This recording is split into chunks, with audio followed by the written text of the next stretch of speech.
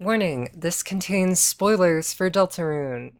Hi, I haven't made YouTube videos in years, but with the release of chapters 3 and 4, this game has just been consuming me. The content in this game has, doubled, and because of that, the amount to speculate on has doubled.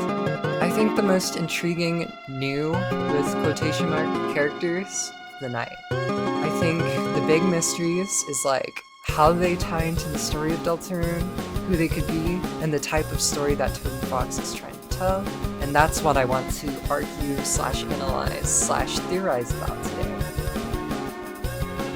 It's Rudy. Okay, before you type your comment, I want to explain myself and the cases for why the night has to at least be a holiday, and how I personally feel about each candidate. The structure of this video was somewhat inspired by Nynja Nyck, so please check out their video for other perspectives on this. Chapter 1. The Story As Is. This is how the night fits into the overall story of Deltarune so far. While exact motivations are not so clear, I think that Chris, Carol, the Knight, and Asgore are all in a conspiracy to create the Eternal Night / bring about the Roaring. Rousey describes the Roaring as an apocalyptic scenario where titans will blot out the sky and where all darkness will turn to stone. This will leave lightners to fend for themselves, and each fountain created in-game is created with the express purpose to further this goal. In Chapter 1, we fight the king, who mentions the knight creating this land, as well as other kings who are locked up. We talk about how the knight made the spade, the sole ruler of the field of hopes and dreams. In Chapter 2, the queen is promised a world with no more pain if she creates the roaring and more dark fountains. But she is unknowingly carrying out the will of the anti-fun gang / the knight. In Chapter 3, Tenna serves as a distraction for Fun Gang, so that the Roaring Knight can presumably make preparations for the festival. We can assume that the Knight and Chris are working together because of the dialogue that we see with Tenna and Chris during the Shadow Mantle secret boss, as well as Chris making the fountain. Chris is also knighted during the Chapter 3 secret boss when defeated, as well as coughing the knight when a hitless run is achieved, as well as not being swooned whenever the knight defeats a party member. I want to emphasize that I don't think Chris, Asgore, or Carol are the knight, and instead I think they are all working with the knight. In Chapter 4, Gerson is handed a shadow crystal by the Roaring Knight. This was done with the intent of driving Gerson insane, akin to Jebel. However, because Gerson is the GOAT, he just gives us the shadow crystal if we end up challenging him and winning. And so that's just kind of a brief rundown of how the knight relates to the story so far. There are two main contenders for the title of knight within the fandom. 3, if you're sex or lockmer. Zess or Carol. Blue pill or red pill. Gigasoy versus Chad. Carol Knight is almost certainly a red herring because of certain logistic reasons, as well as I don't think she fits super well thematically. When we first see her at the beginning of Chapter 4, we see that she is cold and calculating. She also has the most authority within the town, and is a good candidate for a major antagonist. This is because she can pull strings in the background unimpeded. She also owns multiple katanas, which people think look similar to the knight's weapon. However, the hilt doesn't really match up with this. We do know that appearances matter a lot in Deltarune, and Lightners look only slightly different between Dark Worlds, so unless there's a special armor making the knight look the way it does. So unless something else comes about in future chapters, I think that Carol just cannot be the knight. I also think that narratively she is being set up as more of a ringleader of the anti-fun gang, due to her knowledge of Dark Worlds and also being aware of the soul. as well as being one of the guardians to the shelter pet.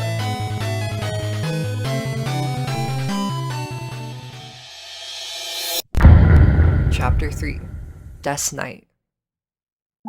Probably the most popular theory within the fanon is that Des is the night. Reasons often cited are visual parallels to the Roaring Night and to what Des could look like.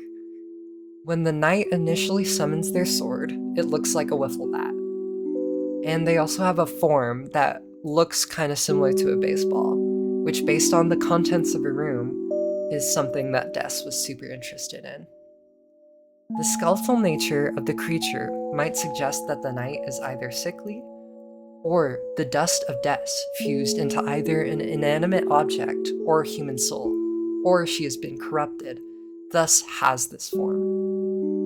Additionally, the motif Lost Girl seems to kind of have been referenced in both Black Knife and Raise Up Your Bat definitely has a lot of references to Des, and that's the main rhythm game section of Chapter 3.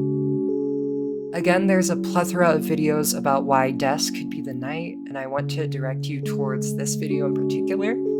I think it's pretty high quality and speaks to some of the things that I talk about, as well as going into a little bit more depth on some of the theories about why Des is the knight that I can't really cover in this episode in their entirety. I'll have those linked down in the description. Chapter 4. What type of story Toby wants to tell and what Rudy Knight means. This is where the tinfoil hat comes out, and I'm going to make some narrative predictions for the overarching story and why I feel that Rudy Knight makes the most sense to me. My headcanon/theory about the story so far: Chris, Asgore, Carol, and the Knight are coordinating to spread darkness around the light world. The reason why they are doing this is to search for Des, who went missing or was killed in the dark world. Either misguidedly or intentionally, they think that the Roaring will be able to bring Des back, or allow us to be able to find Des. The reason why I think they are looking for Des is because she is the lost girl, as the motif is directly related to her, Noelle, and Susie, since they're all intertwined. It is also heavily implied that the reason why Asgore and Toriel have separated was due to Asgore's work as police chief. It is thought that Asgore went a little crazy trying to find Des, and it alienated Toriel in the process. It also explains why Carol pays for Asgore and enables his delusions, because they're all on the same page about finding Des. This is where I think Rudy being the knight is compelling, because he comes into the picture as the father of Des. I think that he was particularly distraught by the disappearance of his eldest daughter, and has somehow bargained for the abilities of the knight at the cost of his health. This explains why he wanted to capture Toriel and Undyne, because he wanted to keep them out of the way before the Roaring started. I think visually he looks the most similar to the knight. The knight has a masculine figure with antlers, and I think its sickly nature matches how ill Rudy is. Obviously, Des can have that body type as well, but I think that this is the most visually clear. I also think that the wiffle bat may have been a weapon that Des used in the Dark World that Rudy holds onto as a reminder of what he is fighting for. I think that Rudy is trading his health for power, and that's why he is able to overpower Undyne in Nightfall in exchange for getting more and more sick with each transformation. I think sickness might act as a metaphor for how Rudy has to make more and more moral compromises to find Des, and in turn that has destroyed his humanity. Monster humanity? I think humanity is good. Some counter-arguments to Rudy as the knight do often cite Rudy's sickness, and I totally agree. That is probably the most damning argument against the knight. However, I think it could also serve as a powerful narrative tool if done the way I'm thinking of it. I don't know, obviously Toby Fox might have different ideas. We know him.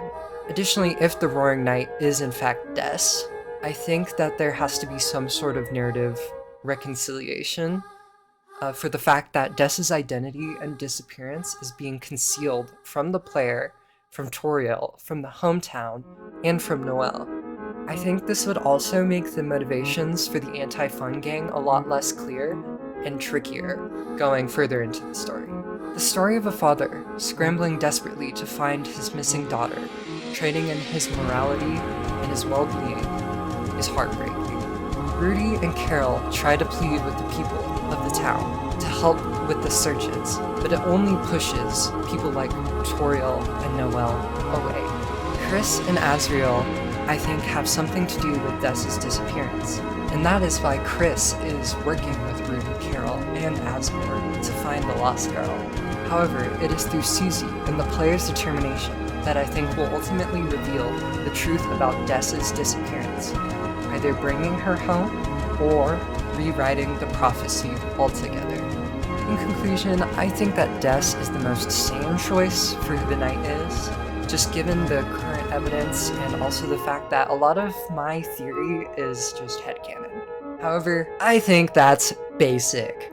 Fuck Des Knighters, real S-tier alphas are Rudy truthers. Billions must Rudy Knight.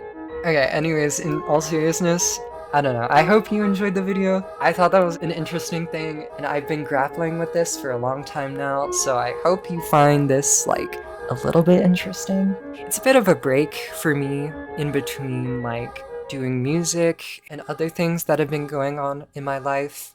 Yeah, I really hope you enjoy, and see y'all in maybe another episode, I don't know. Toodles!